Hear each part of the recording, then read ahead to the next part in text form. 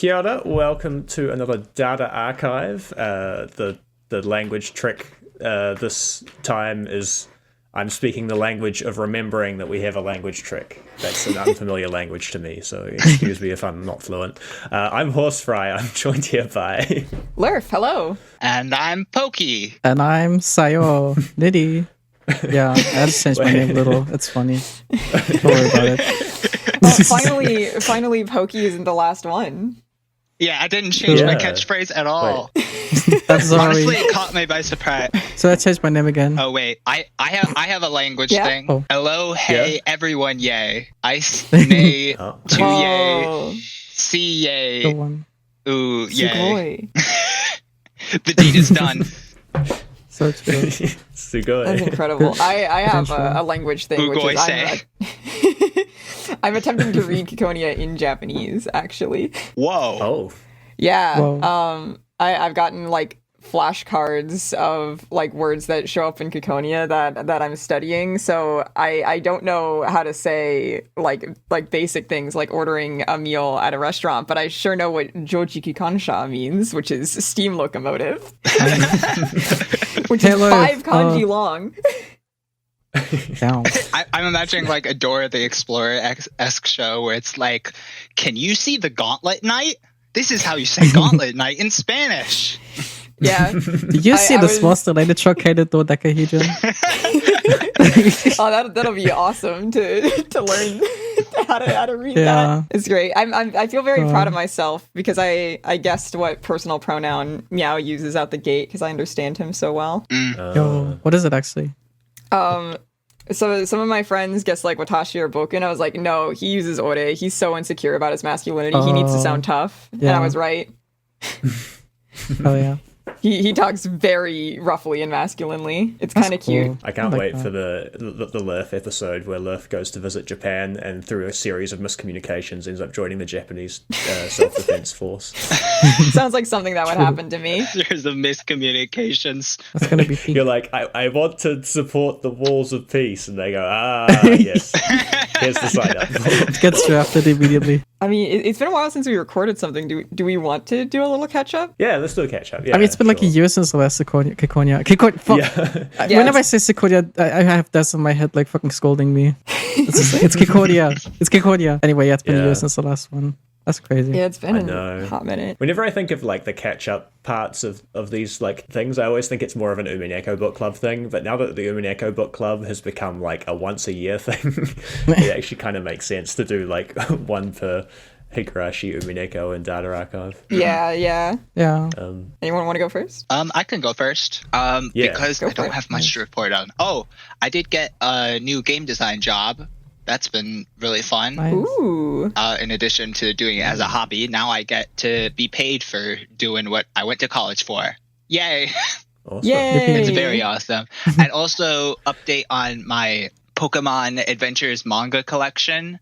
I found some great websites with thrifted books. And so now I have the entirety of Pokemon Adventures Diamond, Pearl, Platinum in my possession. And it's so awful, and I love it so much. Yo, It's perfect. And it cost me like $30 to get them all. that's really cheap. Nice. That's all. And I don't think I've done very much. I watched some cool movies. Have you guys seen The Thing? I feel like everyone's seen The Thing. No. I've If not. you haven't seen The Thing, you should watch it. I've played That's Among so Us. young. Is that close enough? All right, it's that movie. Oh my god. I forgot. Boomer ass movie. You know, I say everybody's seen The Thing, but this was exactly what happened when I went to work, and I was like, yeah, everyone's seen The Thing, right? I guess I was the last person on earth to see it, and everyone around me at the office was like, no, we haven't seen it. I'm like, oh my god, you should watch it. It's so good. It's like the practical effects in it, like how do I put this? Like, you know how have you guys seen Alien? Has anyone seen Alien? Yeah, No. I have. Yeah. Okay. Well, Serenity, you know how like in Alien, like it's just a man in a rubber suit, and like so they have to do like really cool lighting and stuff to actually make it look good. Or like in Jaws, like their animatronic worked so badly that they basically had to show it as little as possible. Yes, and it I kinda know worked. that. But in the Thing, the practical effects are so good that like everything is in like almost broad daylight.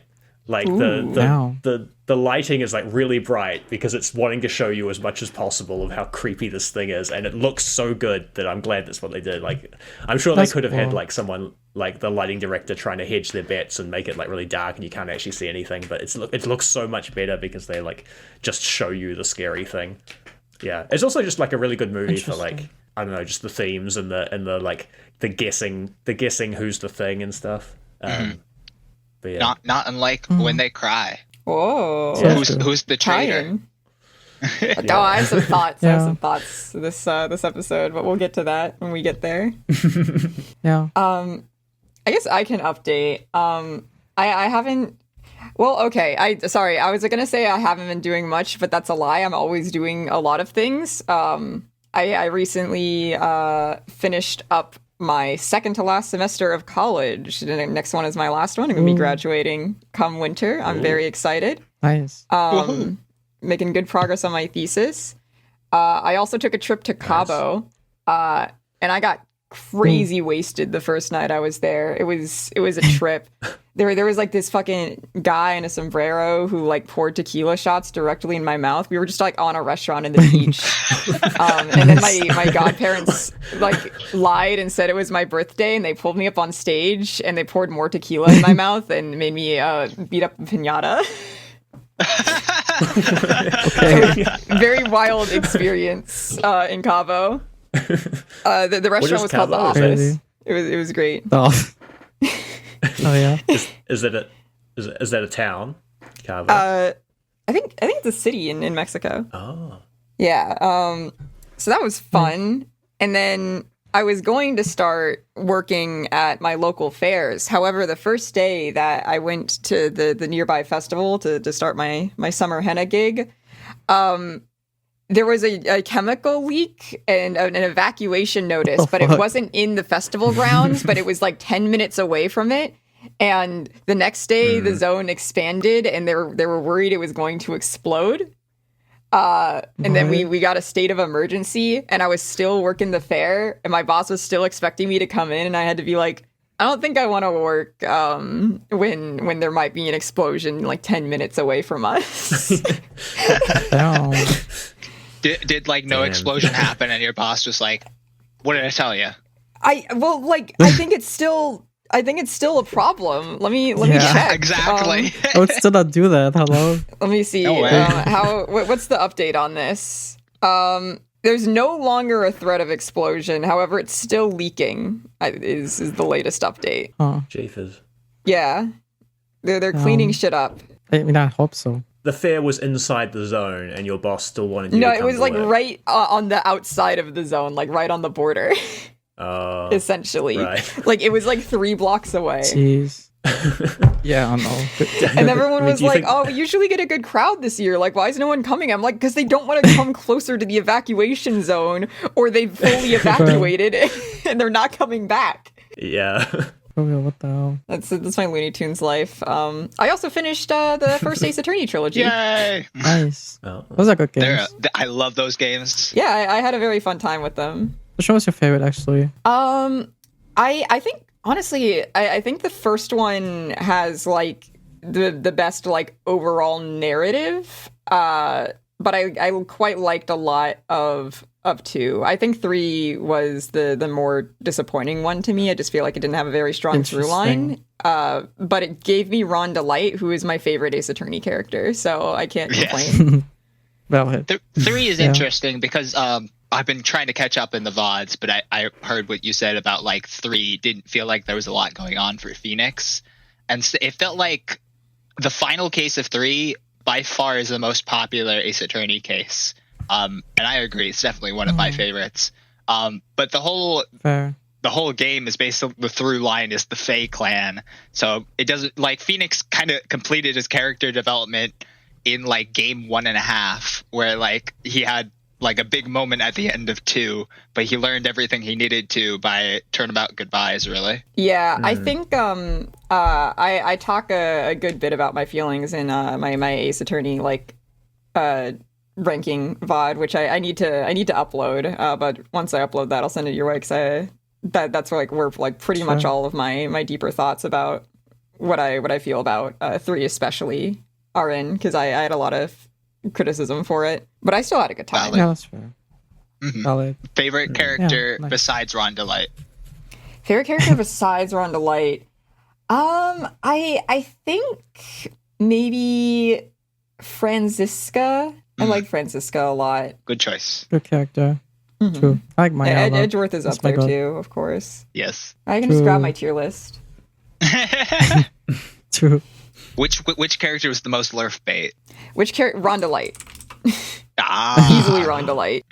What about you, Serenity? What have you been? I when I started this podcast, I swore to myself I wouldn't use people's real names. Serenity. It's okay. You can cover a real name. Across Serenity. Hi, guys. The doxing. Coming out. Yeah, I know it's not I don't like I'm mind. outing It's that fine. name for the first time or anything, but like Yeah. I was just like, no, I gotta be disciplined. If someone tells me their real name, that's between me and them. No, I don't mind. Like, I'm not gonna get doxxed to this. Like, don't worry. I like the Holy shit. fusion like that exists between Sayome, then Cyanity, then Serenity. Where at a Yeah. certain Yeah. point it became so difficult for me to get my head around Cyanity that I just started calling you Serenity. That's fine. I don't mind. I like Serenity more for what it stands anyway. It doesn't roll off the tongue as well as Sayome did. I couldn't cook that hard again, sadly. I just like the name. I don't know. All right, this is my tier list. I was drawing some, so the characters I had a lot to Let's say see. about, I drew them. I like just like characters you have to talk about, and then it's Ben. Yeah, That was the character that stuck out to me. So real. I just had a lot to say about Ben. Bang. What's there not to say about Ben? True. Very true. Oh my god, you put poor Penny Nichols in your last tier, unfriended. What the hell? Best character in Ace Attorney. the tier is I like them, they do nothing. Right next to Lisa Basil, the best designed character in Ace Attorney. I like her. That's crazy. The tier literally says I like them. Fair enough. Also, Cadaverini, I need to extend this out here. Cadaverini looks like a character from some other franchise, looks exactly like them, but I don't know who it is, and I don't know who she's reminding me of, and I'm offering a $20 bounty to whoever can find it for me, because it's driving me insane. Okay. I'm just letting this be known to our audience. If we need to put up like a One Piece poster, wanted.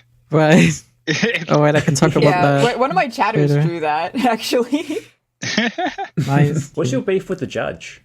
It's my Judge beef is with the cool. judge. He just fucking annoys me, like, dumbass. What the hell? Oh wow. What the hell? hell? We need to Okay, stop listen, talking about Ace listen. Attorney, or we'll Yeah, become you're my friend. progressively angrier at Lurf. No, specifically. listen. Like I have personal beef with him because at one point he like kicked me. He gave me an instant game over because I said the thing that he wanted to say before him, and it was apparently like a rare interaction.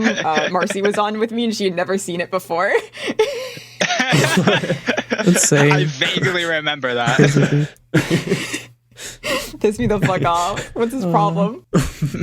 I'm trying to imagine how that would fit into a real court case. Like, no, I'm the one who bangs the hammer. Your client is guilty. I'm angry at you. Your client is True. guilty. He wanted to like show up Edgeworth or something. Like he was gonna like tell his grandchildren about how he was smarter than Edgeworth for a moment, and I ruined it for him.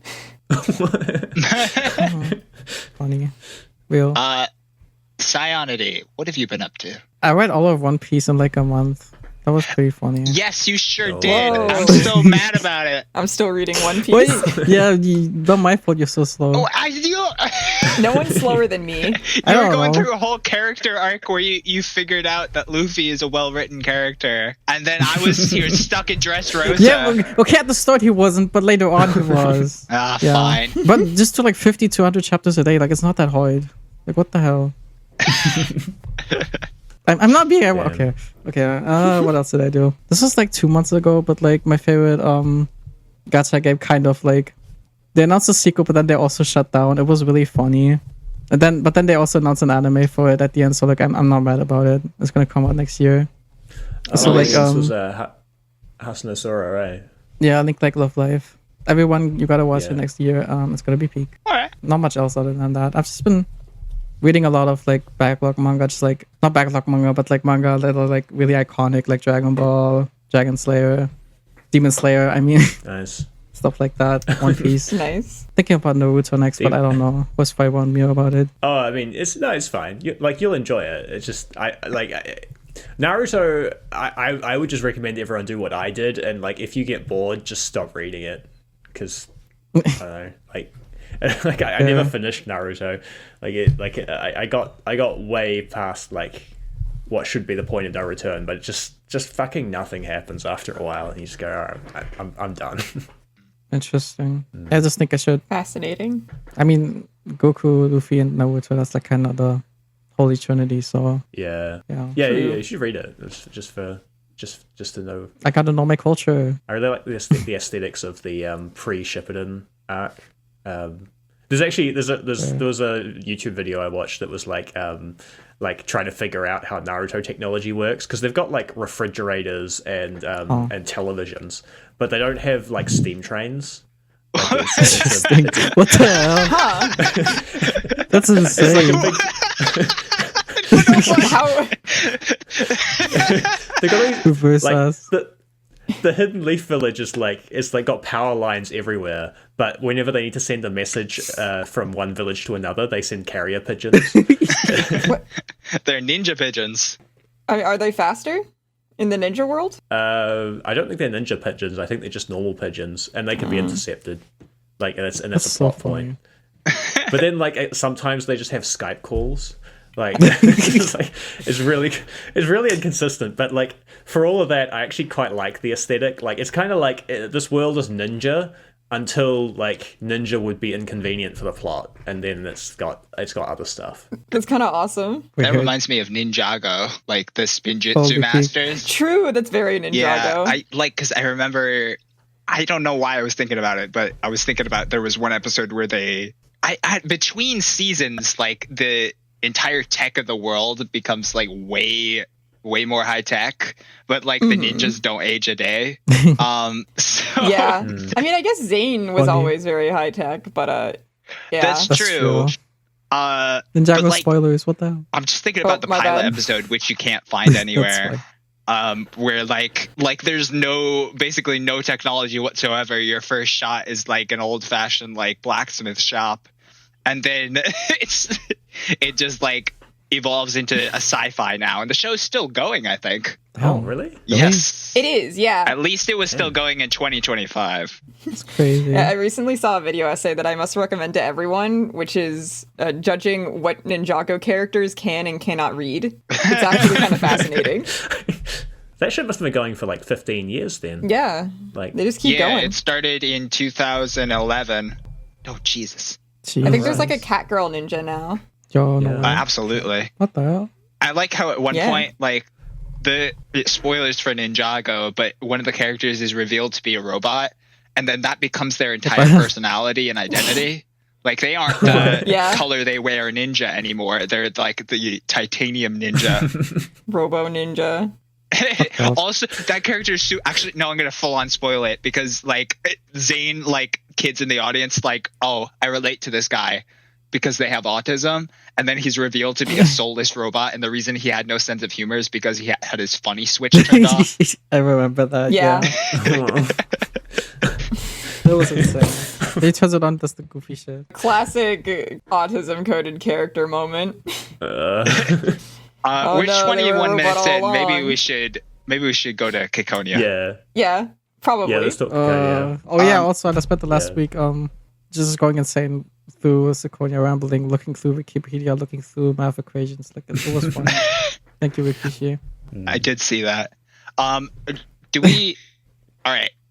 This time we didn't have a conversation about it to leave no conclusion on. But like, what's the spoilers going on here? Oh, we're gonna have a general spoiler section. I'm making an executive decision as the editor. So I only want one Okay. spoiler section. we're gonna from this point onwards, it's gonna be full Ciconia spoilers. So if for some reason you haven't finished Ciconia, go do that. Wait, Uh, I thought we were gonna have like a separate sec, like we're instead of having two sections like before, it's just going to be where we have normal discussion. Oh, I thought you were no saying we were past the cutting that chapter. section and absorbing it into the first one, but no, it's getting cut and absorbed into the second section. Never mind. Yeah. Keep right. stalling. Yeah. Well, I'm thinking like we're getting so close. I think next episode and onward, there's basically no point in having a Ciconia spoiler section. Yeah. Yeah. I mean, yeah.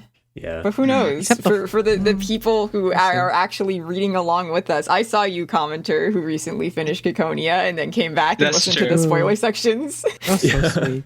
That's crazy. That's crazy to me.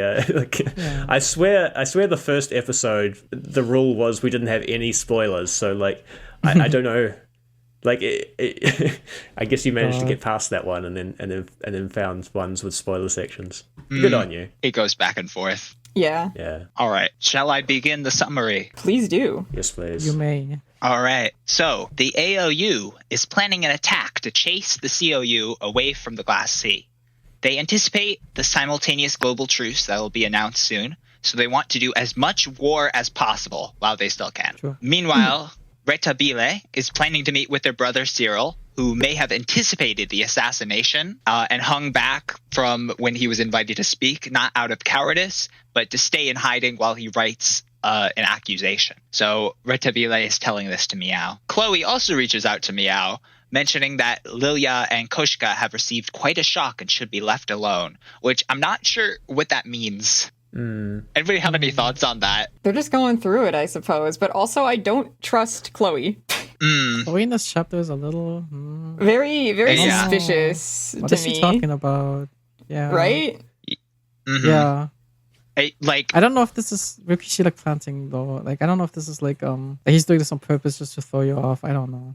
Chloe It just- red herring. She Yeah. could be, but like, I'm also just looking at her and I'm like, what are you trying to push Meow into doing? Huh? Yes. And the way she talks is also very. And also, like, when Meow Yeah. like briefly insinuates in that scene that like he's like, if I like ... and he's like, never mind, which I think implies to me like if I do like take like more drastic action, which I assume would mean actual fighting, she was like, yeah, I believe in you. I would follow you for feel like- sure. Yeah, feel like he would say the if her fact in that Grandmaster moment. wills it, she'd gladly follow him in a fight against the forces which are causing this global terror. Yeah. Yeah, but the problem was they'd only have like a second because like they got all the rations and shit from like the government, so it's like Yeah. they can do Yeah. one big attack and then they're fucked basically. Yeah, no power. They could all just coordinate and kill all the world leaders. Easy.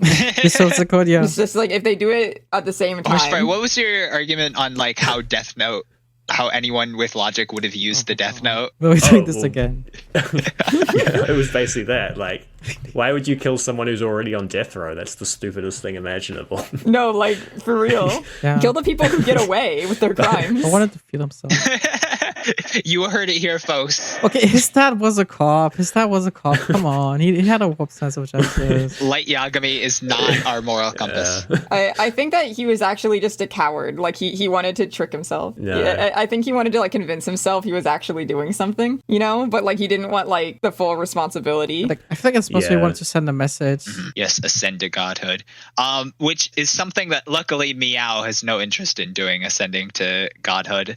Although he would be Those who know. pretty grateful Those who if a know. player would finally come along, pick him up, and put him in a damn useful position. Those who know. Would be Yeah. nice. Would be nice. Would be nice. I like the ideas of video game characters. Like, it's a visual novel, but video game characters being like, surely a nice player will come along one of these days.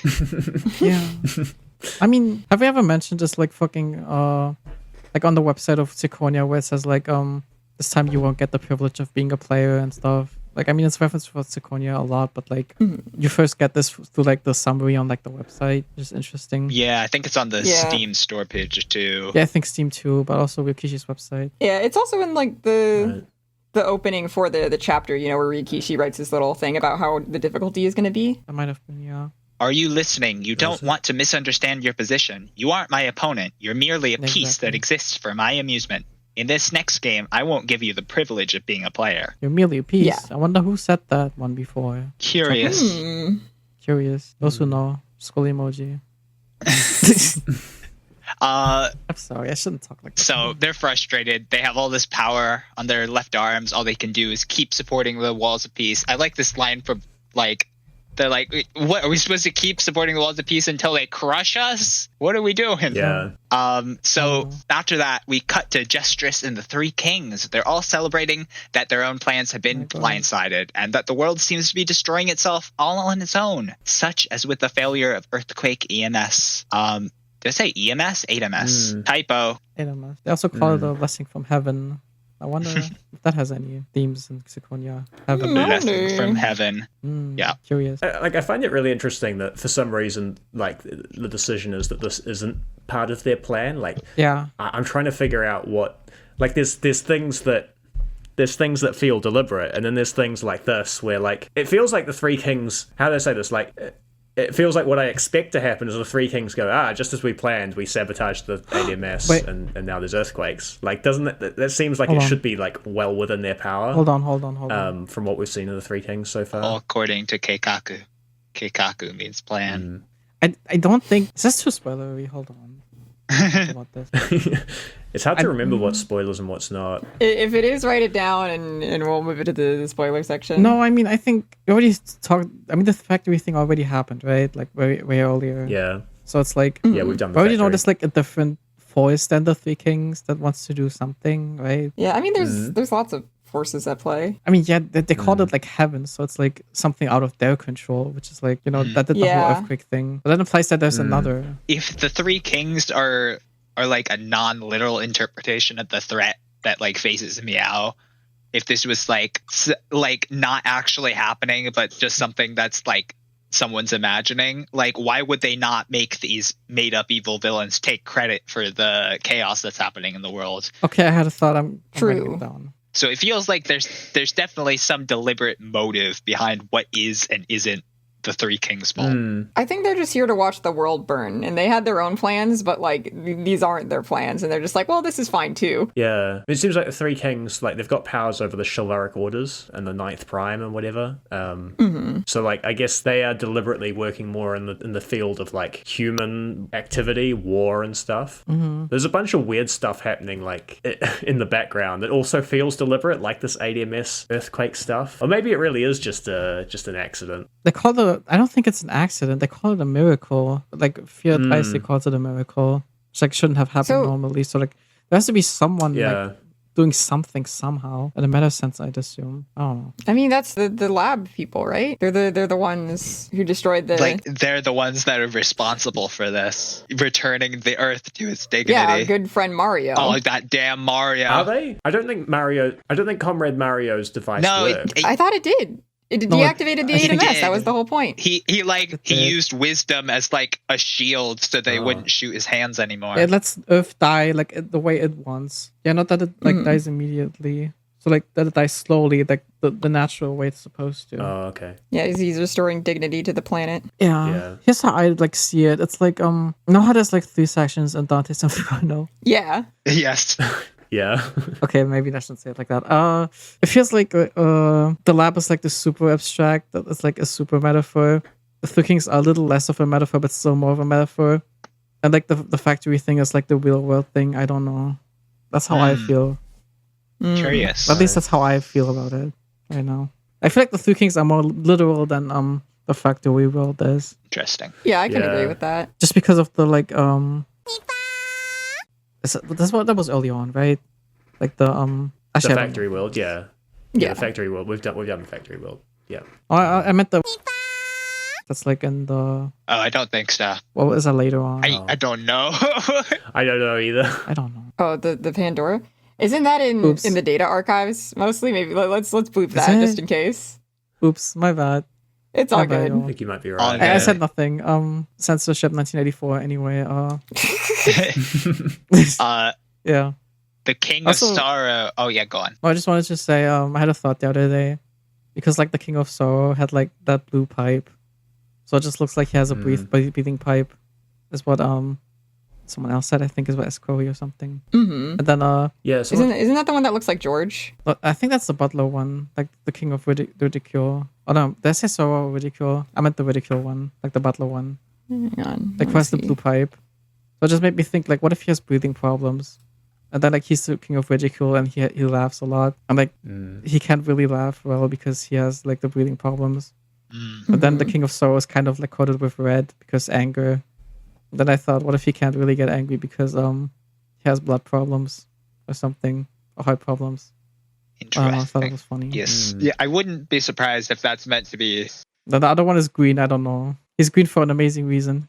That's meant to be a breathing tube. Like, these are supposedly, like, some old order that are coming back to, like, I guess in the way they're also trying to reclaim the planet. Yeah, but it's also interesting because it's the ridicule one. Because, like, he's the one who's supposed to laugh, but, like, having breathing problems. Well, that's why like, he has a hard to breathing laugh. tube. I don't He's know. laughing too much. Ridicule is the one that's dressed like George. Is he dressed like him? I thought it was Butler. That sorrow in the middle?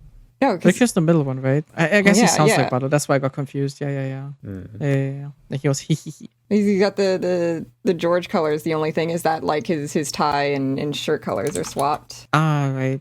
No, I just Right. thought because of like his voice, like it was a bit more like Butler. Like that was his way of talking. Oh, I see. The King of Sorrow is the one on the right. I got them mixed up. He's green for an amazing reason. Yeah. And Fury looks like Hideyoshi, but For sure. I don't know what to say about that. Yeah, it's the buttons. I mean, Ryukishi only knows so many body types. It's not even that. It's like the buttons and the colors. Yeah. Mm.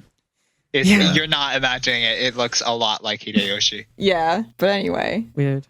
So now's not the time for that. the kings have Gestress pass on a message to all the 76 orders that serve under them and all the orders serving beneath those orders. And the message is execute all of the plans. Yes, all of them. All at once. Every single one. W. Yeah. Gestress then commands that the ninth prime chivalric order serve under them, which is interesting because it makes it sound like they hadn't been serving under them up to that point. Like we're just getting a 77th order. No, it's not 6-7 anymore. Sorry. So the Grand Master accepts the duty. All of the knights of that order will, and I quote, do what we can to make Lady Gestress's desires come to pass. Which, besides what feels like a typo, it's very interesting that their loyalty is to Gestress and not directly to the three kings. Yeah, that's weird. Well, maybe that's the person they know. Like there's like a chain of commands, but they don't know about the three kings above them. Interesting. Yeah, maybe. The Grand Master warns the knights that the enemy they must be most wary of is the Order of the Public Bath, commanded by Mitake Miao, not to be underestimated. However, he's also a fool because Mitake Miao doesn't know that the 9th Prime Chivalric Order exists inside you all. Ho ho ho. Doesn't know. Laughing emoji. Someone asked. I think they also. Go ahead. Oh, sorry. No, I think they just also say that specifically that like even a pawn can become a queen if they get to the end of the board or something like that. I think that was an interesting line. Yeah, can someone move my boy to the end of the board, please? Yes, please. Just like real quick. Yes. I want to become a piece, a queen. No, don't turn me into a queen. I want to be a big burly knight. It's delicious. And then meow, like the cat sound takes over. Yeah. Someone asked the Grand Master for permission to assassinate Cyril Nugentian Africa Commonwealth Realm. Full legal name. To make sure he doesn't give Meow any information. And about Meow, it is said, you seek out our assassination target for us on your own. There we go. I think this scene is super important. I'm not sure, again, how much of it is actually happening.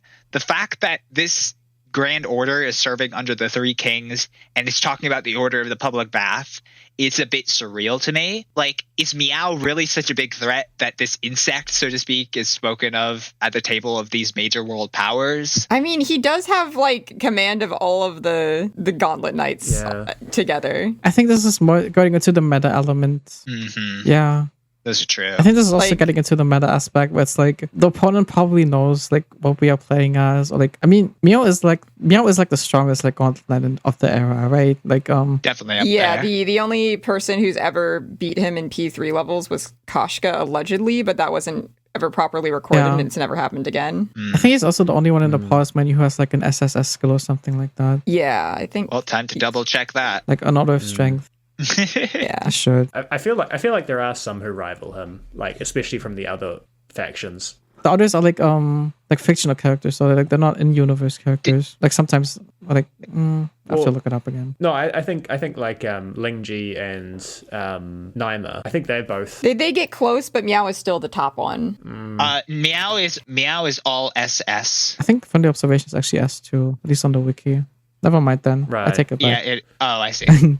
Double S and then S. Where the triple S is. I was just talking on my ass. Don't worry about it.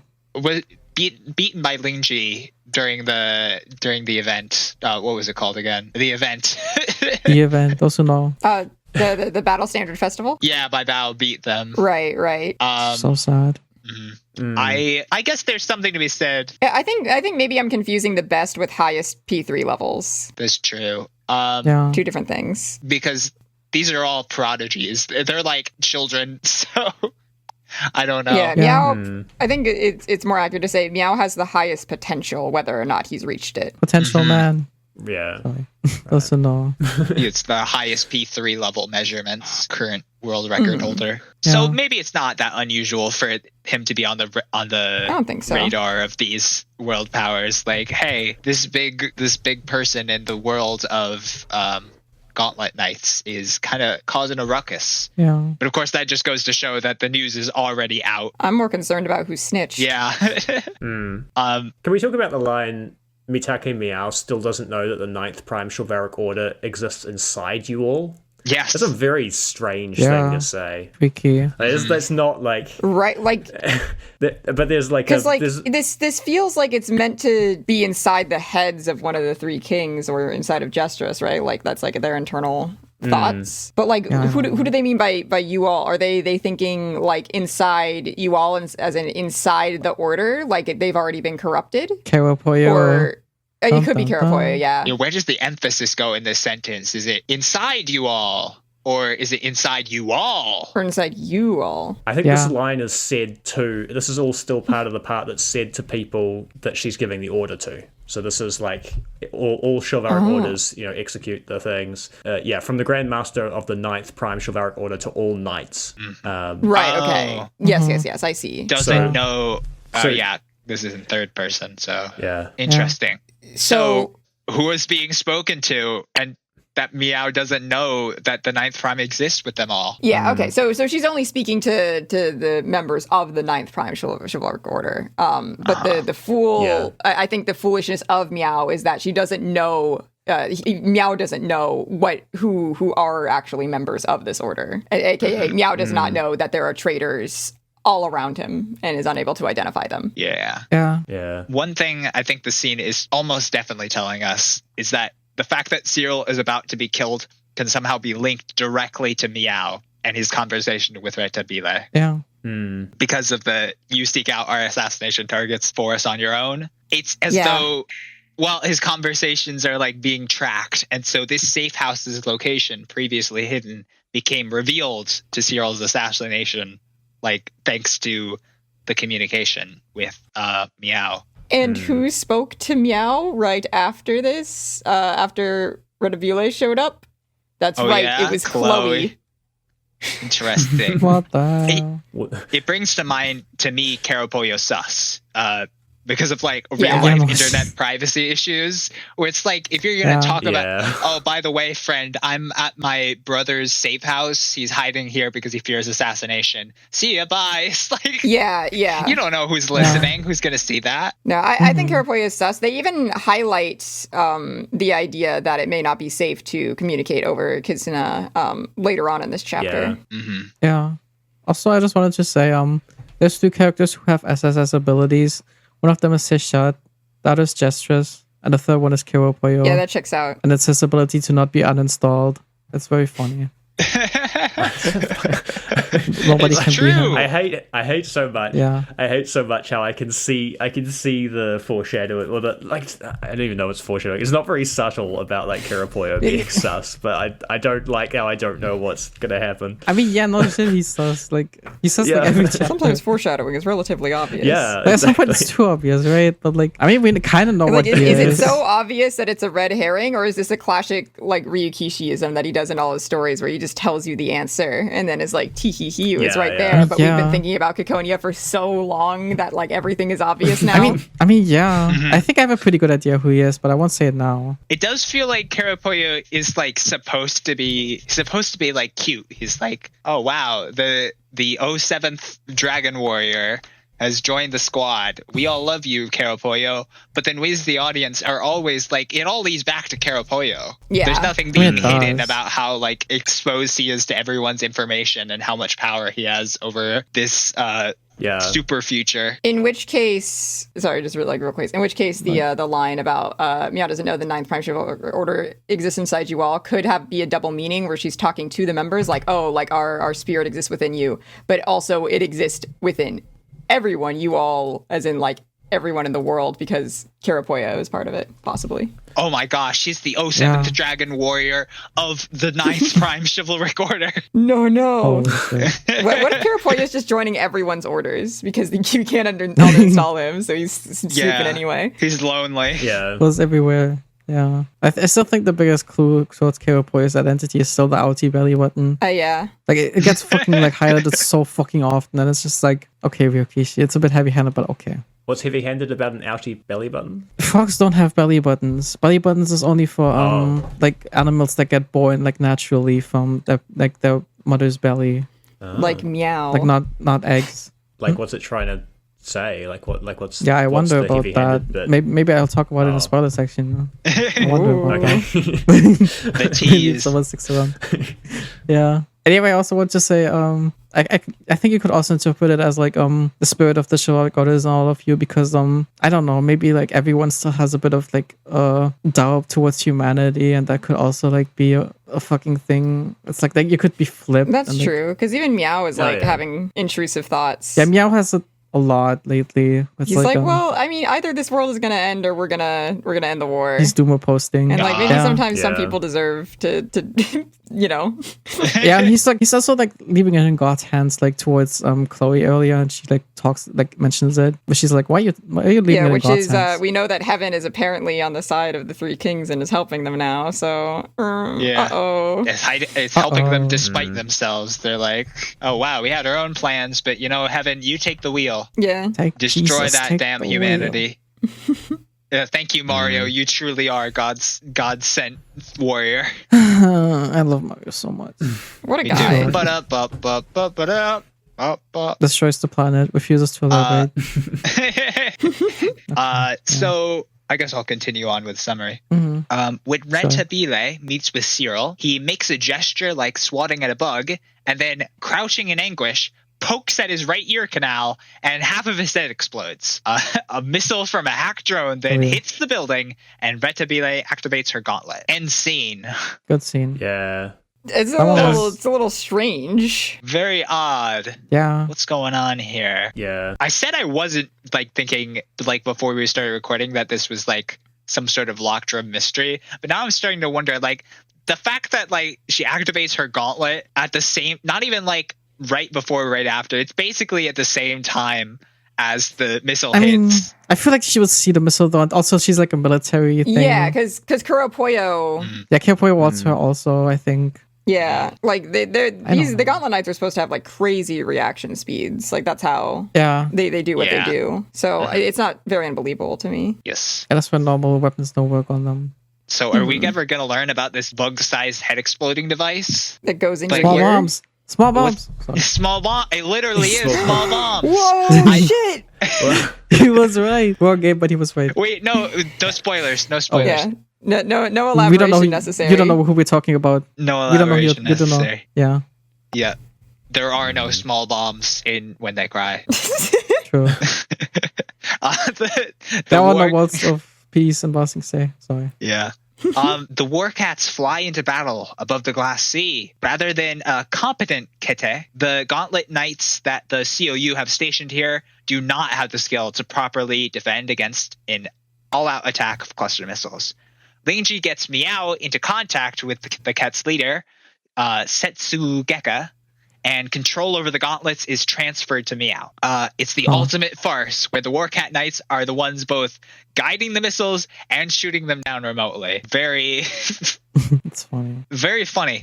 Yeah, there's a part where the Setsugeka leader is like, is it okay to send top secret military like override codes over Kizuna? Over Kitsuna? And it's just never commented on. Yeah. Yeah, no one comments on it. It's just like Foreshadowing is a literary device. It's like this Ryokishi like writing style where he's like he packs shit like this into a joke and you think like haha that's so funny, but then later on you're like oh shit They were right. that meant something. Setsugeka, the smartest character in Ciconia. Yeah. I mean, he's just giving you things to think about that distract you. All he needed to know is how to have good internet privacy. True, Yeah. that's the real heart of Ciconia, what it's trying to tell us. True. Yeah.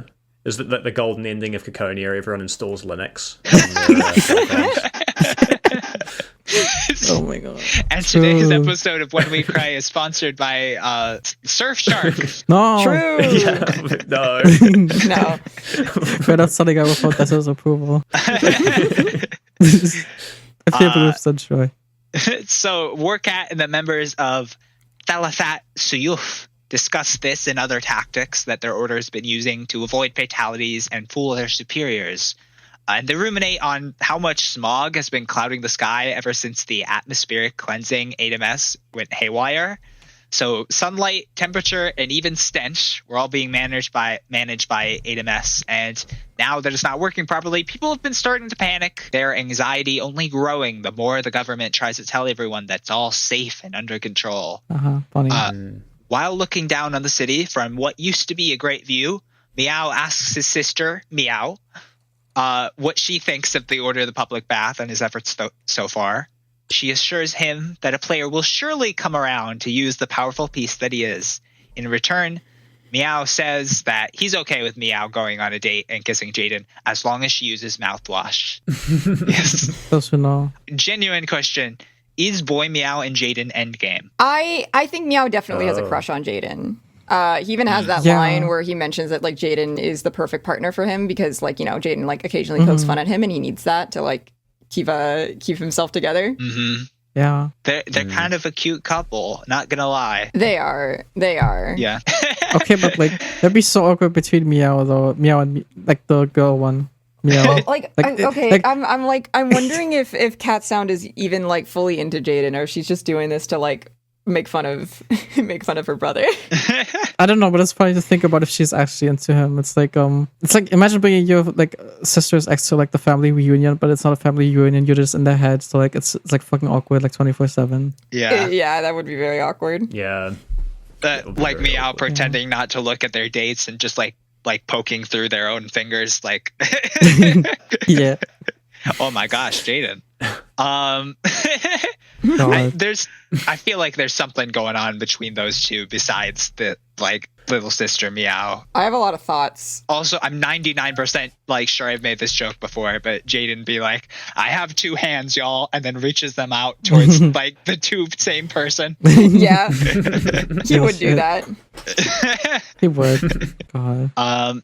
So as Meow looks down once again, he wishes that all of this would end already, whether the war or the world. Enter Meow Blue Edition. That's his fault. Blue Meow attributes this Jump train scare. of thought to him being to him being a murder program, getting infected by the same thinking as the Three Kings, wishing that humanity be destroyed, and declares that he will destroy this murder program.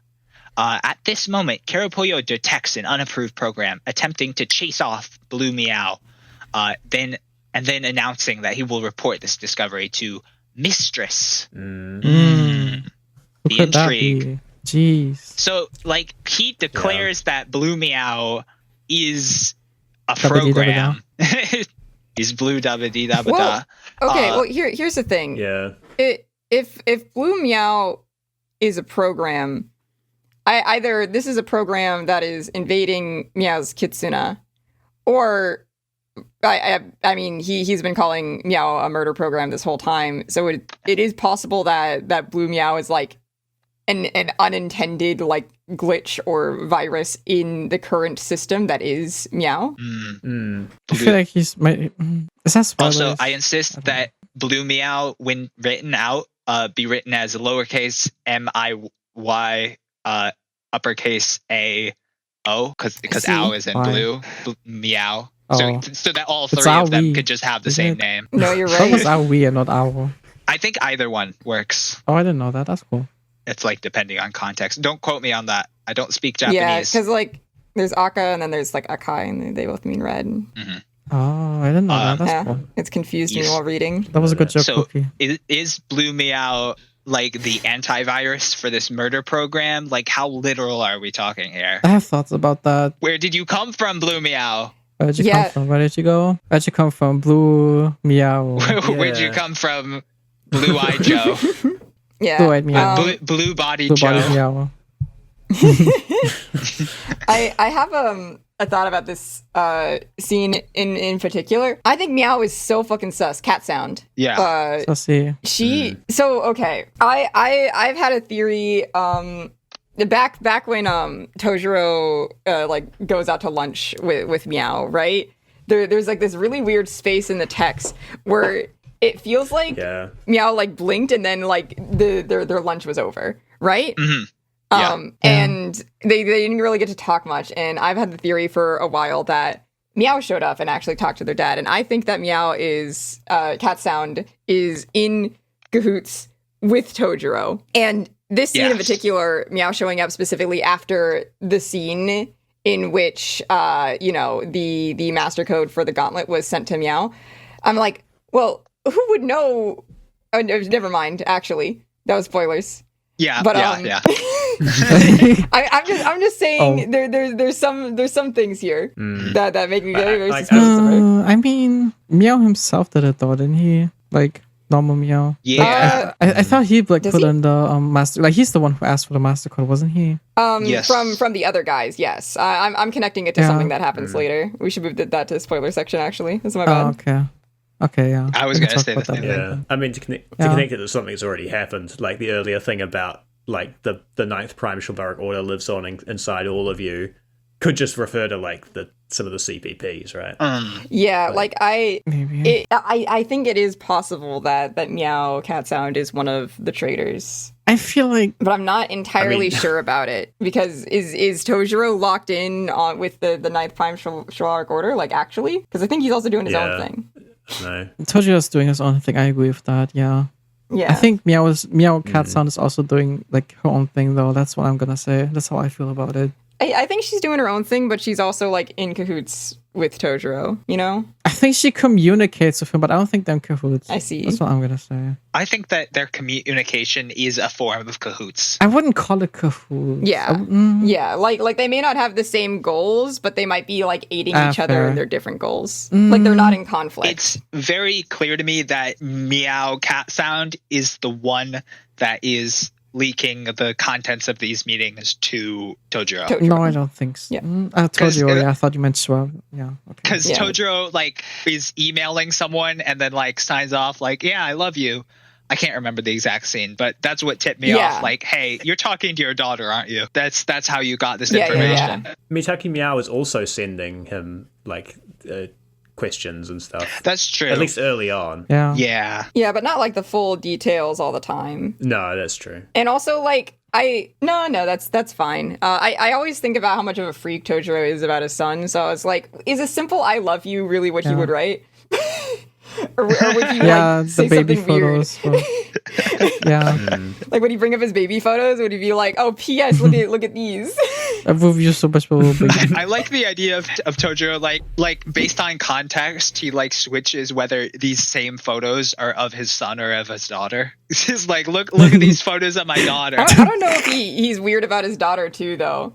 Like he's really obsessed with Meow, but I don't know how he feels about Cat Sound. Interesting. Yeah, that's true. I wouldn't be surprised if like Cat Meow and Gestrous were like the same person or something. Really? No. If it Whoa, just like no. I think that's getting sorry. into weird territory with the with Okay, wait, the... let's hear it. Fast forward. Wait, let's hear it. I want to hear your reasoning. Then I'll clone it. Everyone stares at horseback. I was too harsh. I mean, it would put Tojiro at the center of everything, which would make it symmetrical, shall we say? Like he's got this weird relationship with Veer, and then he's got this weird relationship with Seshat, and he's got this weird relationship with Gestrous. I think he just has weird relationships with everyone. Yeah, it would make it run in the family. Have a normal relationship challenge level impossible. He can't. Yes. Like it would be the Mitake family conspiracy. Is like we got like Tojiro's ex-wife, Tojiro's daughter. Oh my god, I could talk about that for hours. Jesus Christ. In the spoiler section, though, I could. It's Jesus Christ. God, no, yeah, that too, but we'll talk about that later. I don't want to mean that. I want to keep talking about this in the spoiler section. Can I transition into talking about the quote of the day? Oh, yes. Yes. Those who do not want to imitate anything produce nothing. Salvador That's Dali. next chapter. That's next chapter. That's not this chapter. No, that's this chapter. No, it's not. It's the start of next chapter. You've been missing for all of this discourse. It's the end of this chapter. Oh, it's the start of the next chapter. It's the end of this chapter. Oh wait, you're mistaken. are you like taking it like okay, right? Because on the Let's Play wiki, it's like it's at the start of the next. Straight from the text. Okay. These are bookends. Mm-hmm. I think that both quotes have something to do with. Oh, either then I chapter. can talk about Salvador Dali this time. Okay, so I can talk about Salvador Dali's episode. Okay, okay. This episode's gonna be 3 hours long. Okay. Do you want to do it now, or do you want to do it in the spoiler sections or anything? Spoiler section. You go ahead and say what you want to say. I need to think. No, I think I've said everything. I'm good on spoiler free. Or other people have said for me. Yeah, I only have spoiler thoughts left. All right. Well, in that case, we will transition to the spoiler section. So this one by editor Fiat. This is going to be a spoiler section for all When They Cry, including Umineko and Higurashi. So yeah, if you haven't watched those or read those, excuse me, please go and do that. Don't watch the anime. Don't. We'll see you back here when you don't watch the anime. And we'll see you back here sometime in the future. Yeah. Thanks for listening. Bye. Yeah. Yippee. Have a good one. Bye bye.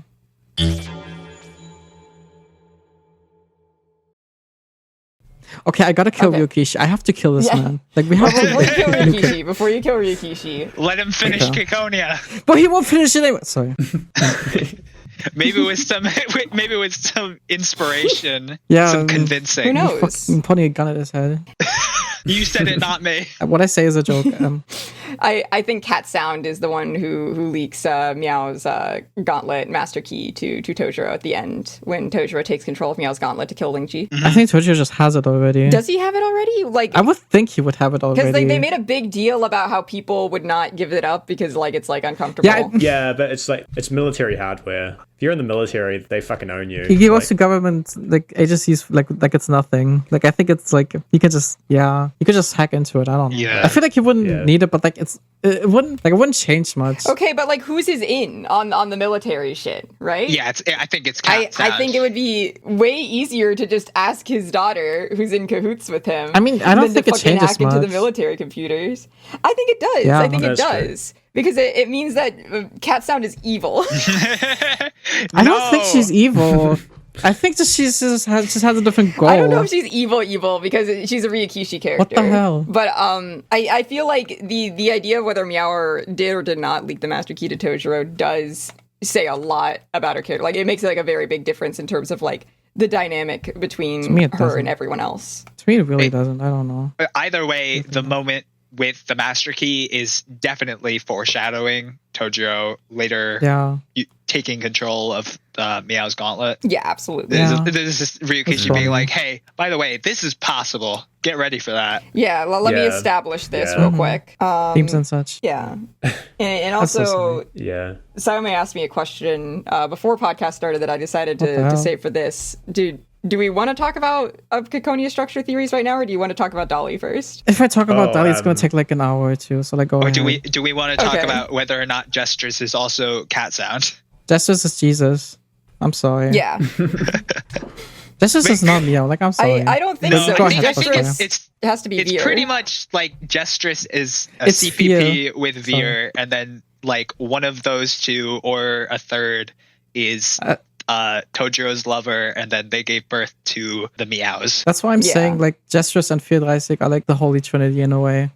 And then Meow's mom is like the mom. Yeah. That's like part of that. It's so interesting the way Though- the story depicts like Meow is like calling him a murder program, like alluding to all of this manipulation going on to make him like the ultimate gauntlet knight, but then he's specifically He's an engineered piece, isn't he? well, he's in a society where everyone is literally like they're test tube babies.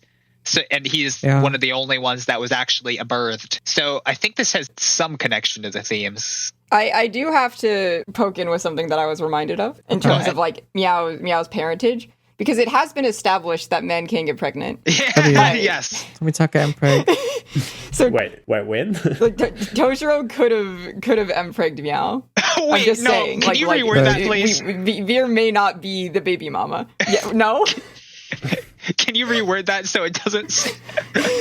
He could have been empregged and gave birth to Meow. What you meant to say was that Tojiro was impregnated with Meow.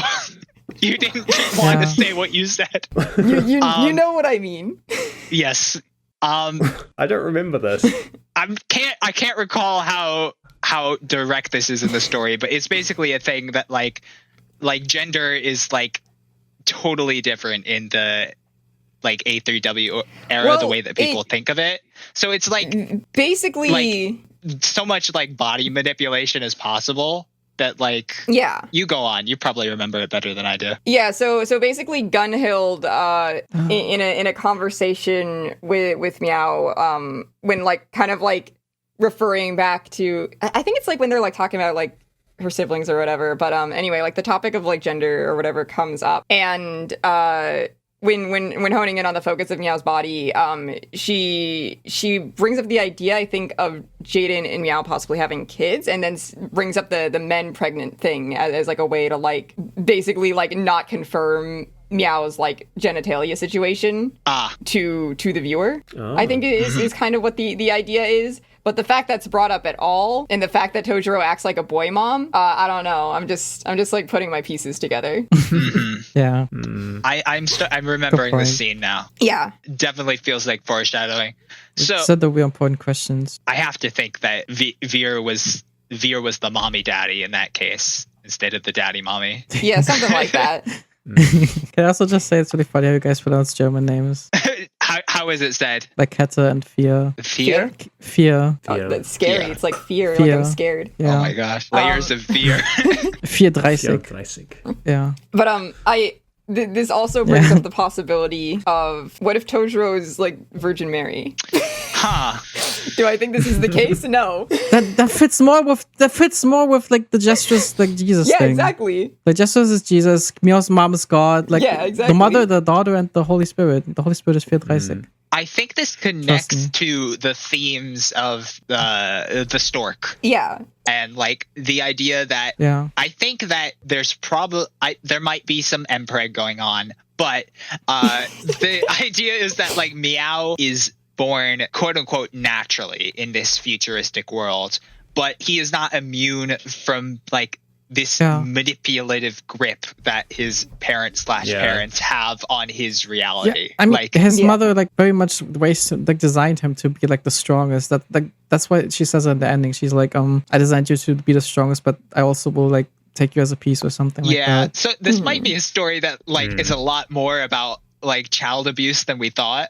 Like even next to Umineko. No, what do you mean more? we have fucking child soldiers in war. No, I mean like parent-child specifically. I suppose, yeah. That actually reminds me my theory earlier about Cat Meow being gesterous. Because I think like Okay, let's hear it. later on, like Gunhild does a bunch of stuff that's like she's like a top general and stuff, and like goes into the. I think this is in the data archives. Yeah. Yeah. And like I've seen the theory that CPPs at least are partially just a bunch of old people who have like uploaded their brains into the like spare RAM on like young people's brains. Whoa. And like Wow. I've often wondered Yeah. if Meow, like Cat Meow, Good is like potentially like Meow's own parent, like uploaded her brain into her see. child. No. I hate that theory. Oh, I hate that theory. Oh god. Sorry. I just It does feel very nuclear, but like I don't know, it's kind of it doesn't feel nuclear, it just feels weird as hell. it feels creepy as fuck, but Yeah. like it kind of fits. No, I don't know. This is Ryukishi we're talking about. Okay, but I do think that they're just siblings just because of the factory scene. Because like No, that yeah. whole Like- sister with her brother being there and then their like father and shit. It's like, you know, it's very clearly paralleling them. So like, is that like the real Meow? Is that the real big brother and little sister like meows, and then they're getting uploaded in that scene? I think so, yeah. And they get put in the same body? Yeah. Why? They ran out Yeah. of space. Ran out of I don't the factory scene hasn't happened yet. That's what you have to keep in mind. The factory scene hasn't happened yet within Ciconia. Fuck you, Des. Anyway. What do you mean it hasn't happened yet, like chronologically? Because it's come up in the story already. No, like Bloom Meows literally says like you have to avoid this future. Like you have to do everything to avoid this future. Wait, then why are they in separate bodies then? Yeah, that's what I'm saying. Yeah, so It's I like- don't think it's talking about them. I think it's like meant to make us think about. It's like that scene in Umineko episode 7 where like the random maid gets accused, and so you're supposed to be thinking about like Umineko. I genuinely don't think that. I'm sorry. Like it's too important of a fucking scene. It's like this is Interesting. literally like the biggest hell that's gonna happen. Or, like that is prophesized to happen, but they have to change. I mean, I definitely think it's like a scene that hasn't happened, but it is possible that it could be a different sibling pair or a different pair of characters and not the Mitakes. For why, I don't know. It could be, but I don't think like it would be like very story satisfying Yeah. wise. Like But the reason I say that is because I feel like Koshka is gonna turn out to be like the Angie Eureka of Ciconia. So if it ended up being like Yeah. Koshka related, I'd be like, okay, yeah, that checks out. I mean, I do think that's bait, but yeah, You think that's bait? who knows? I don't know. Who It could knows? be. Meow seems way to be set up to be like, okay, maybe it's like the Keiichi thing, but also like it feels way too heavy-handed, like because like he expects us to do this at this point, right? But also he wrote Ghost, so I don't fucking know what is in this man's brain. Yeah, Rikishi's kind of a madman. Didn't he like explicitly not write Go though? He gave an outline basically of what he wanted, and then like he would comment on the anime and be like, "Yeah, I didn't expect them to do that," or you know, like I didn't think it would be that crazy, or that they would like pull it off like that. And like it seems to me that Ryukishi has like a very strained relationship with Go, where he doesn't want to be rude about it, but he doesn't really like it. That would Relatable. be in character for Ryukishi. Genuine 1 out of 10 anime, by the way. Fucking garbage. Sotsu's a 0 out of 10. Yeah, but Thank you. I was gonna talk about my Ciconia structure theory. Anyway, yeah, the factory scene is.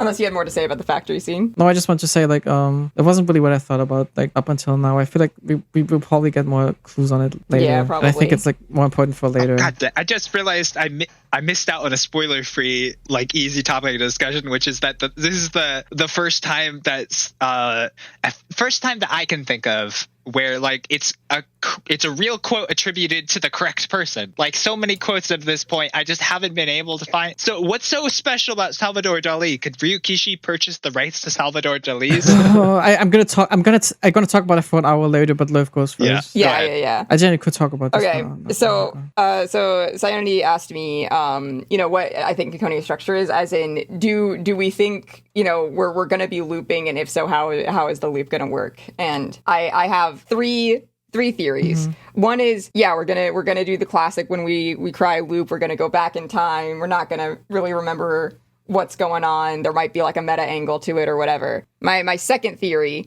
is that we have been looping, and Blue Meow is kind of like meta battler in the sense where like he is attempting to manipulate his piece on the board but is not able to, like he's not in the player seat. So Blue Meow has memories of past loops and is trying to stop them from happening by stopping himself, but is unable to like affect him directly. And in that case, the players of the game, like Seshat and Tojiro, might be involved, and that's why they know so much and can like fucking cheat the game. I talked about my like idea, I think in a past data archive, where I got the idea that like people like Tojiro were like speed running Ciconia like a game, like, oh, you know, like I know the exact place to stand during the conference to not get blown up and get the picture, so then I can you know, like that kind of bullshit where like Tojiro can like flip through the wall to get the information he needs. Just like the opposite reaction to Rika from like speedrunning a game is like instead of being like traumatized, he's like smug. Like Tojiro's like in it, like he knows exactly. Well, this is the difference between an adult and a child. Yeah, like Tojiro knows the debug spot where he can hit a specific key to get like all the dev items. I love you know? that. Yeah, he found the dev door. Yeah, that's what the lab is. Or my final theory: there is no loop. And this is based off an interview that Ryukishi had, where he said, you know, like we're considering new paths to continue the story. We're not sure whether we want to continue onward or if we want to go check back on like the antagonist's perspective, like someone else's perspective, I think is what he said.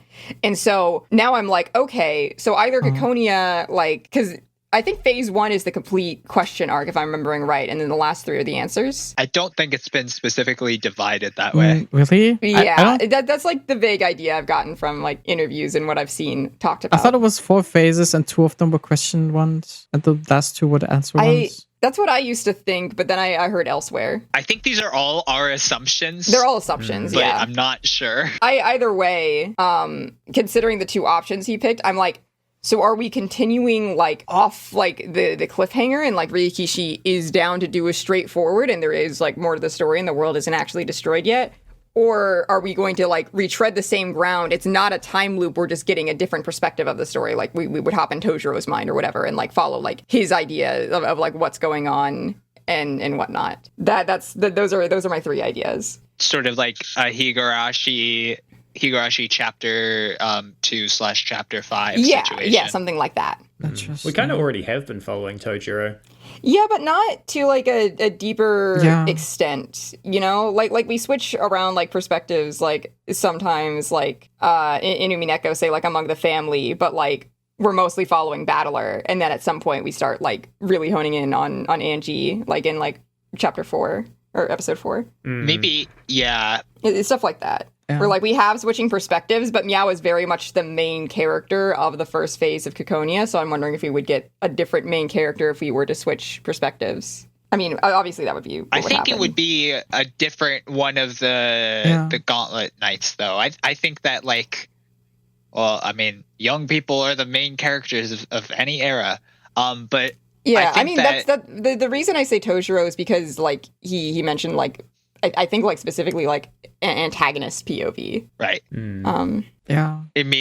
Wait, who's the girl in Ciconia who's like this like sells out her team in the end, like Aisha POV? I think if I had to choose, I would want to see the same events but go back in time and follow a different person. I feel like that's how I would do it. If you just tasked me with writing Ciconia Phase 2, that's probably how I would approach it. It's like it's kind of a loop, but it's the same loop.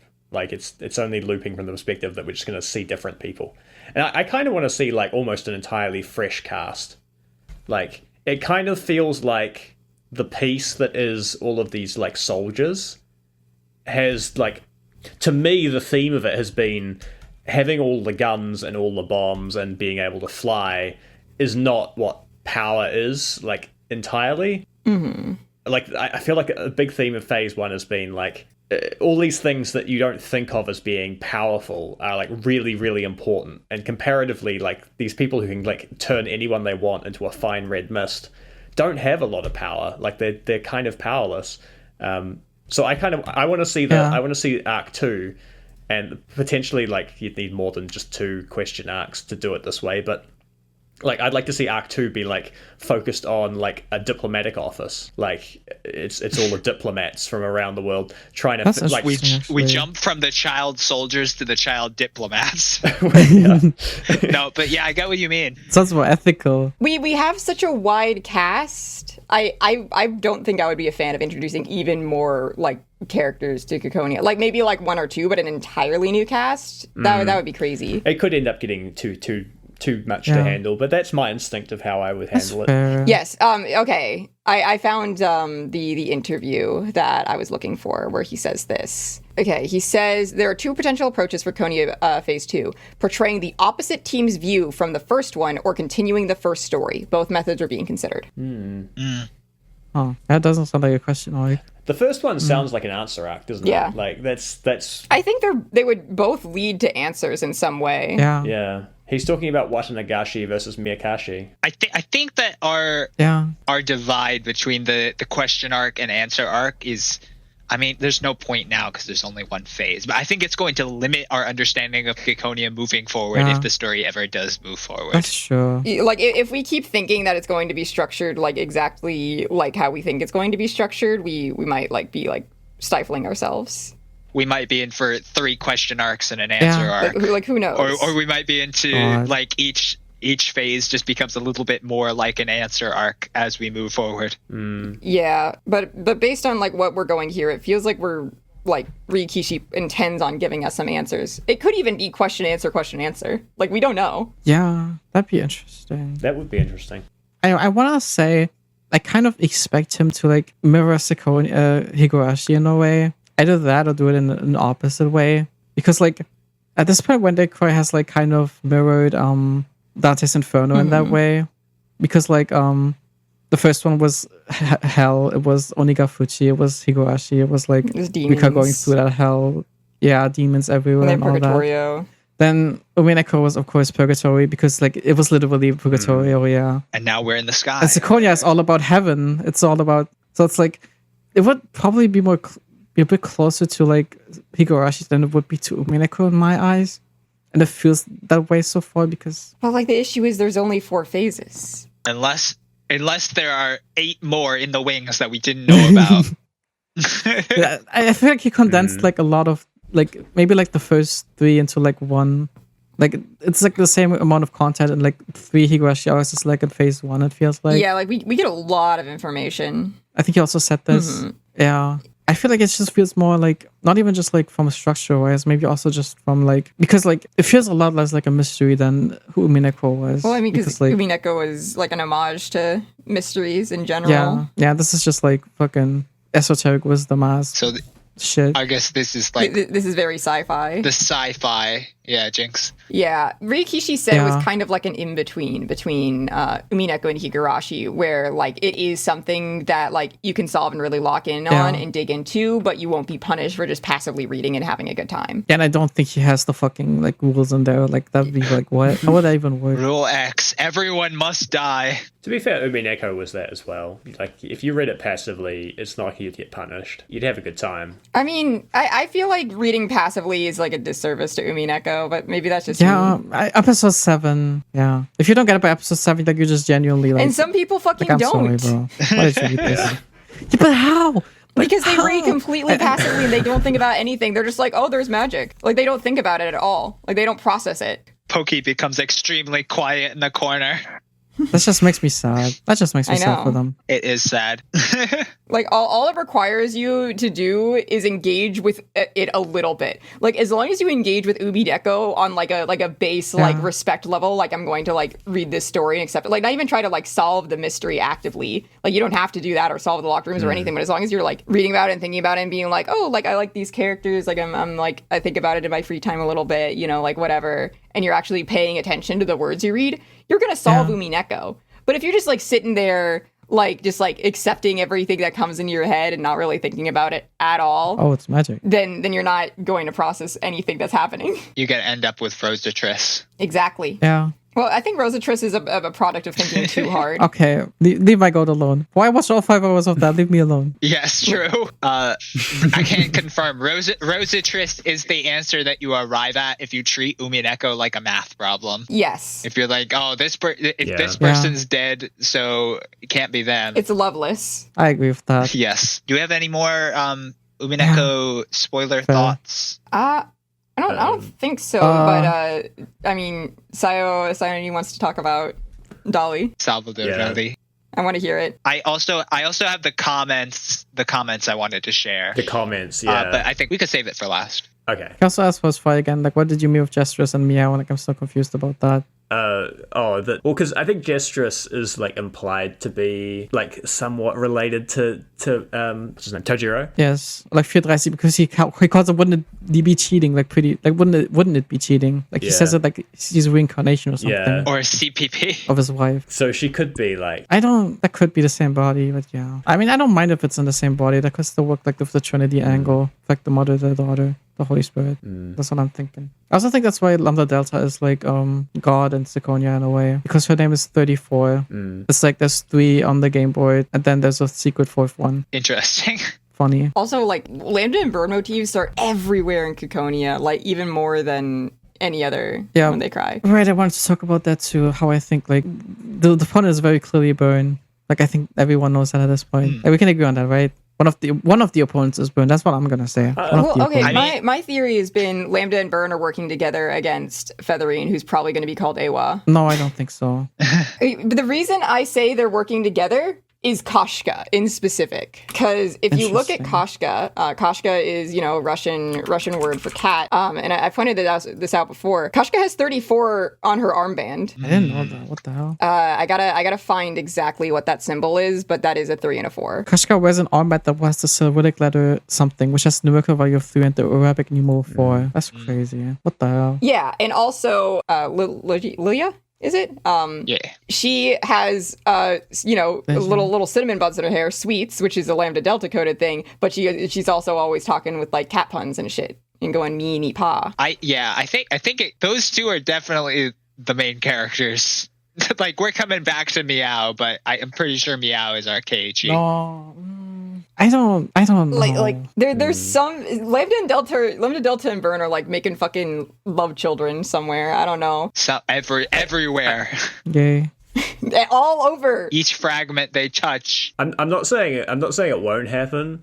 At the same time, like sometimes with this like Lambda and Burn and Featherine, I feel like it's a lot of like airtime is dedicated to 3 characters that do not appear in Ciconia Phase 1.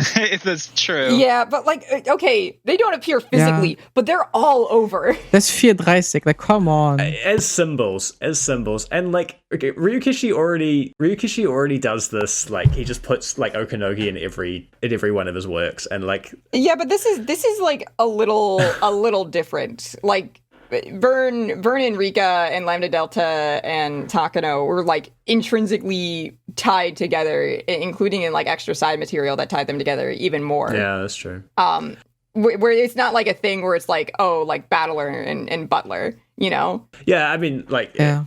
I could easily come off that, like, yeah, that's exactly what it is. At the same time, I'd also point out everywhere that, like, Burn and Lambda appear, like, they are important characters. They're never, like, the main characters. Like, we shouldn't expect them to be driving the Burn plot. Castell. I mean... Burn, what was the main character of Higurashi? That's called Rika Furude. It wasn't the main character. Burn was kind of the main character in Higurashi. No, yeah, that was Burn's pre-evolution. She was born from it. Yeah, that's what I meant. Sorry. Yeah, like Rika called herself a witch, and she was, you know, writing poems and shit. Burn Castell was. Yeah. And then I guess she split into 2 selves. Yeah, well, she did in Sakuroshi. Yeah. Is Burn Castell a CPP? What the hell? Yes, yeah, that's my theory actually. Yeah, also, in terms of Lambda Delta, why are there so many 34 CPPs? Huh. What were you saying, Hoshfrey? Like Rika and Higurashi, like she's a main character, sure, but she doesn't like drive the plot. like for most of it because she's given up. What? But like at the very end, she's like locked in. Yeah. Well, kind of. Keiichi helps her. Yeah, because like everyone else did stuff. It's like Keiichi. and finally everything works that she can. She needs everyone's help. That's like the moral of Higurashi. Because Hanyu's bitch ass didn't believe. Yeah, Hanyu didn't do shit. I'd say I'd word it like this. I'd say Keiichi is the main character. The story is about Rika. Yes, I can say get that. behind that kind of. At least for the question arcs, I feel like answer arcs are way differently structured. Like for the last two answer arcs, Rika is the main character. I mean, there's the Renna one. I don't know. It's like Battler is Like- yes the main character for all of Umineko, but like Angie is like the quote unquote sleeper main character because it's secretly about her. Yeah, I think that's a better comparison. Is that I think Koshka and Lilia are more like they're an Angie in this situation. The story is gonna emotionally resolve with the conclusion of their arcs. Yeah. I could see that. Yeah. I mean, Koshka is really the only one who can survive in the new world. Yeah. So, Her and her Pandora brain. Looper Brain, Pandora's box. or Pandora's box, and Lilia's Clay Girl. She's the literally Pandora made of clay. The one who can open Pandora's box. And what came out of Pandora's box? Fire. And what do you use to shape clay? Boom. I guess my point with the Burn and Lambda thing is like I don't hate the theory or anything. I just think I don't expect them to show up. It'll just be a nice surprise I'm not if they even do. sure if I expect them to show up physically, but I expect them to show up spiritually. I just solely because of Higurashi Go. Solely because of Higurashi Go. Because of Oya. I expect them to appear once in the data archives of Phase 4 and then take credit for everything. Yeah, because to me, Burn, Castell, Lambda Delta, and Featherine are all aspects of a story, and you can't like they're like thematically like a narrative, and you can't have a story without them, even if they're not like you don't physically see their faces. Like they're in every When They Cry story. Yeah. I wouldn't count that. Broncaster is the miracle that helped Mario win. If the name of the character doesn't show up or the sprite doesn't show up, then they didn't show up. I disagree with that.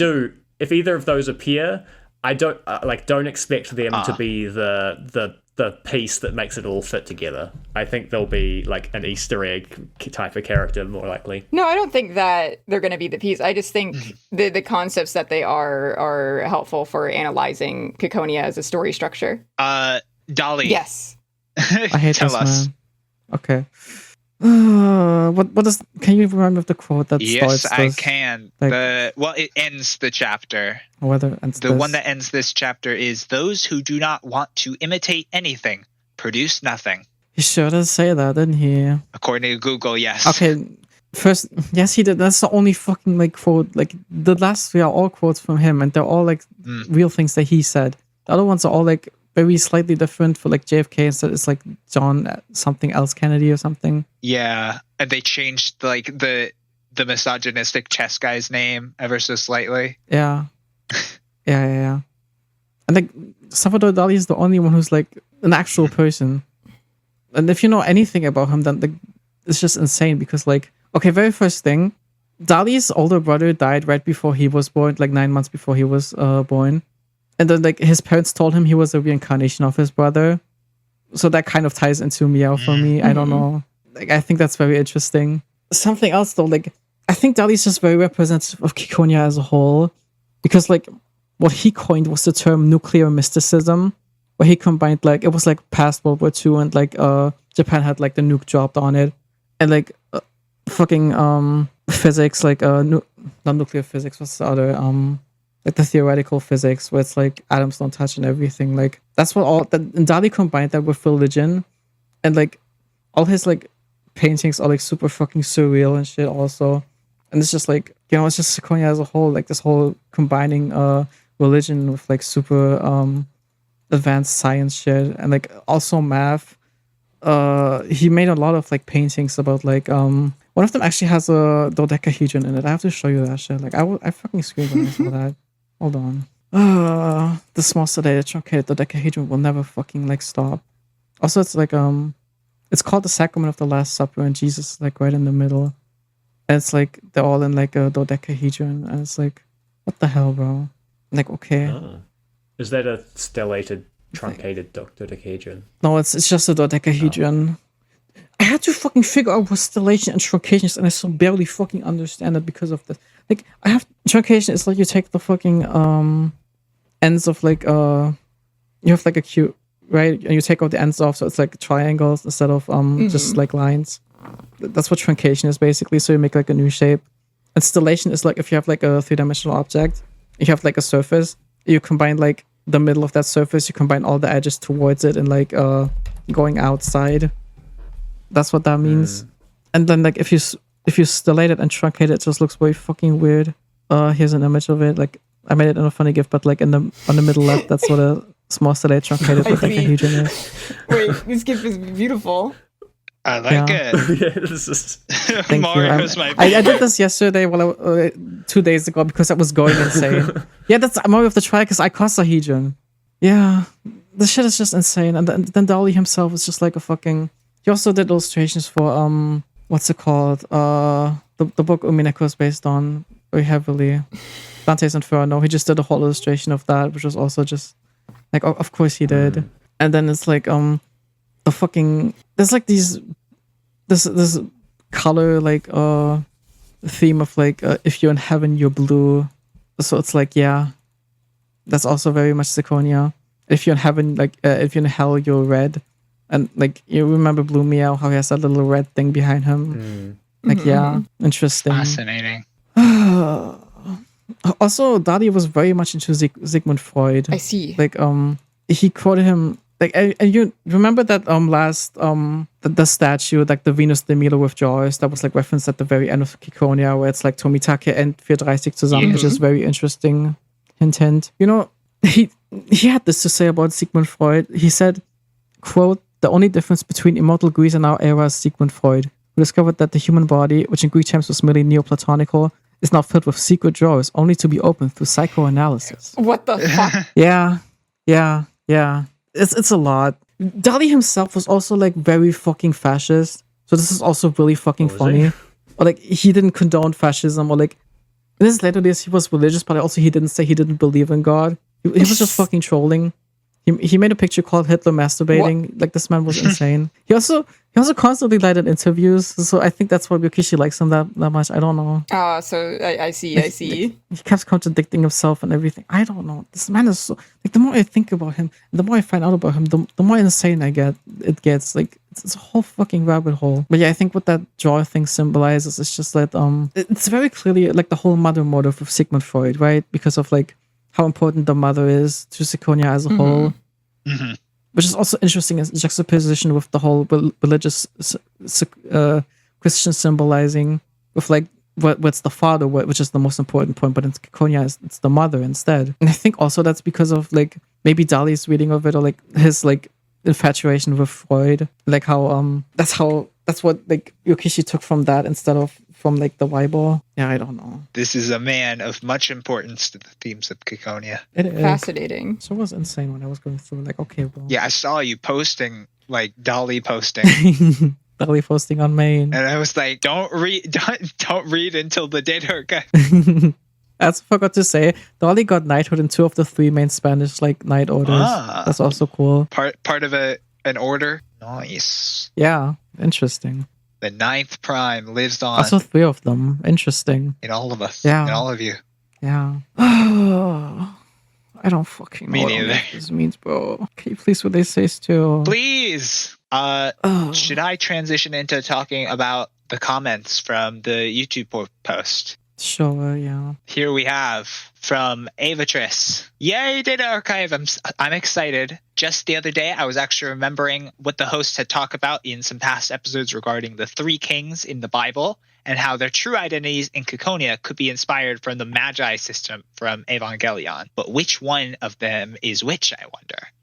Well, for many years, I have held onto my silly theory that King of Sorrow is somehow connected to Lingji's grandfather, because in this stork-deficient world, I believe he's the only other character to ever mention the concept of a grandfather-granddaughter relationship, or in fact, any grandparent-grandchild relationship on screen, if I remember correctly. That this would be a wild reach IRL, but since it is a work of fiction with limited word count, I want to believe there's some kind of clue there.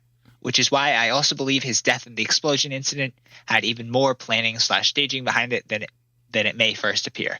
Like if the guy himself was a double agent. Interesting. Good point. Interesting. I will say on the terms of the, like storkless world, that is mostly AOU. Like there are other countries that do it too, but I'm pretty sure the COU still does natural birth things, which is why like Meow is kind of drawn to Lingji because she understands what it's like to have a, nuclear family of sorts. Right. It's AOU is almost everyone like is test tube babied. And then yeah, and the reason it's such a good big sticking point is because we're mostly basing the story within the AOU. Oh, and yes, ABN is no, it's not ABN. COU is one of the only factions that maintains their B3W sense of values. The only group of nations where ancient traditions.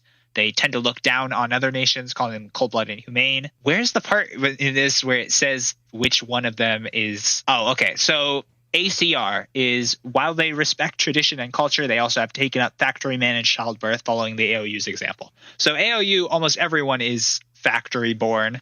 ACR, some people are factory-born. And then COU seems to be explicitly against it, and then ABN and Leto, we don't really know how much of them is factory-born, if any. Mm-hmm. I mean, ABN is like mostly religious, right? So I feel like that'd be some conflict there. Yeah, I think so. I think ABN and COU are both out of the question for factory birth. So that would explain that. It is interesting the way these family connections are important to the themes of the stork symbolism, the Ciconia. You should strike a balance between Ciconia and Ciconia. Call it Ciconia. Yes. What is this Magi system from Evangelion? I still have not seen it. I also haven't. I haven't either. I'm sorry. Are you kidding me? I thought you said that. Well, I started it. Shinji is Lurf bait. He is. I've started Evangelion. I haven't gotten very far. Where's Des when you need him? Oh, someone DM him. Please, Des. Someone Des. Yeah, I have seen Evangelion, but all I remember of the Magi system is like it's the supercomputer. I think there's 3 of them, and they work together or something. Like they. Oh, I don't remember. I'm adding Des in a reply to this image. We'll get back to you on that. Yeah. Nice. Yeah. Let's see. The other comment we received on the post was from Swizz Dog. Said, "Yay, Data Archive! I finished reading Ciconia recently, so I got to go back and listen to all the secret spoiler sections while I was grinding out a project in Blender. Thanks. Anyway, every one of these pods needs a Where's Phase 2 update. Did you see that post the other day mentioning that the Witch Hunt translator recruited Flo Perfecto after Ciconia came out? Huh? That is crazy. Yeah. I did not see that. I saw that. I looked it up after this. By God. Escape by God. I like this chapter because we get to see a bunch of my fave, Retta Bile, and even her brother. Unfortunately, she does almost immediately get covered in little bits of him. Aw. Well, what do you think of these two? Maybe in Phase 2, Zero won't die after 5 sentences. I think that depends on how much Retta Bile spills her plans to Meow on whether Cyril will ever die. It also depends on whether this is a loop or not. Yes, true. Yeah. Oh yeah. What if this is a magic scene on the thinking cap? That reminds me, I did have a thought that I feel like maybe Retta Bile just killed her brother.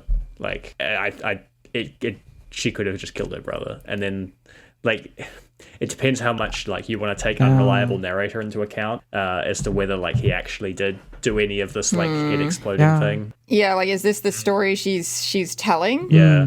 Curious. I like Retta Bile. She's cool. Yeah. I don't predict her as one of the traitors, so I would like to think she wouldn't kill her brother. I think she has like perspective character potential if we're like for like Phase 2 or Phase 3. I can see that. I want to learn more about her story. Yeah. She has a lot of charm. Yeah. She has that. Me too. She has that like spirit of the conqueror. But also seem cool. Hopefully he won't die immediately. Next chapter, that'd be cool. I think I mostly like that they put someone from South Africa / Lesotho. Yeah, Lesotho in a When They Cry game. I follow some of the IRL royal family from Eswatini, a different kingdom near where they're meant to be from, on Insta, and a few of them are cheesy influencers and or rappers who are constantly posting insane glamour shots, like this princess with a sniper rifle. That's Retta Bile core. Not sure if it'll let me link. Here's the link. Yeah. They have a really long line of succession, and they're all politicians or publicity reps of some kind. I wonder whether Retabile was specifically based on them, or if it's another case of real life copying Ciconia. I wonder. She predicted a lot of shit. If you think about it, we are on the way. Like in the past, you had your like royals sitting in their castles looking down on folks. Now it's the royals sitting on their castles looking down on folks while taking cheesy selfies. Mm-hmm. Like the internet is the future of royalty. True. Mm. Yeah. Also, That's true. in a reply, they said, also, I love that their last name is just Africa Commonwealth Realm. Yeah. Like, that is funny. Yeah. It goes hard. like it feels like which came first? Did they take on the name of their nation, or was it named after them? It's very funny. Africa Commonwealth Realm doesn't exactly roll off the tongue. No, it does not. But it's iconic. It goes hard though. It does. It does. I wish my last name was Africa Commonwealth Realm. Real. Yeah, Pokey Africa Commonwealth Realm. That was any other thoughts on those before we close out the episode? I don't think so. All right. I think I've said all I want to say that's relevant. We got it in at just under 2 hours. Yeah, I just want you to say thanks, Yeah. I guess. Yeah. Yeah, thank you. It's just nice that y'all Yeah, left comments. That's sweet. Thank you Yeah. guys. Yeah, I got super excited when I saw that, people commented. I was like, oh my Yeah. gosh. They're Yeah. excited. Yeah, people are listening to this. They What the also hell? are wondering where phase 2 is. Aren't we all? Yeah. Where is it? Kishi, please. I'm on my neck. I'm no, on my not on neck. my neck. Ouch. Oops. I'm on my hands and That's my neck. impressive. Yeah. Begging for- Hands and neck. Yeah. For phase 2, I'll do anything. even stand on At my this neck. point. Yes.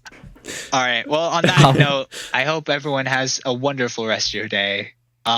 See cats do crimes. Farewell. Takite. Bye. Bye. Thank you for watching. Bye bye.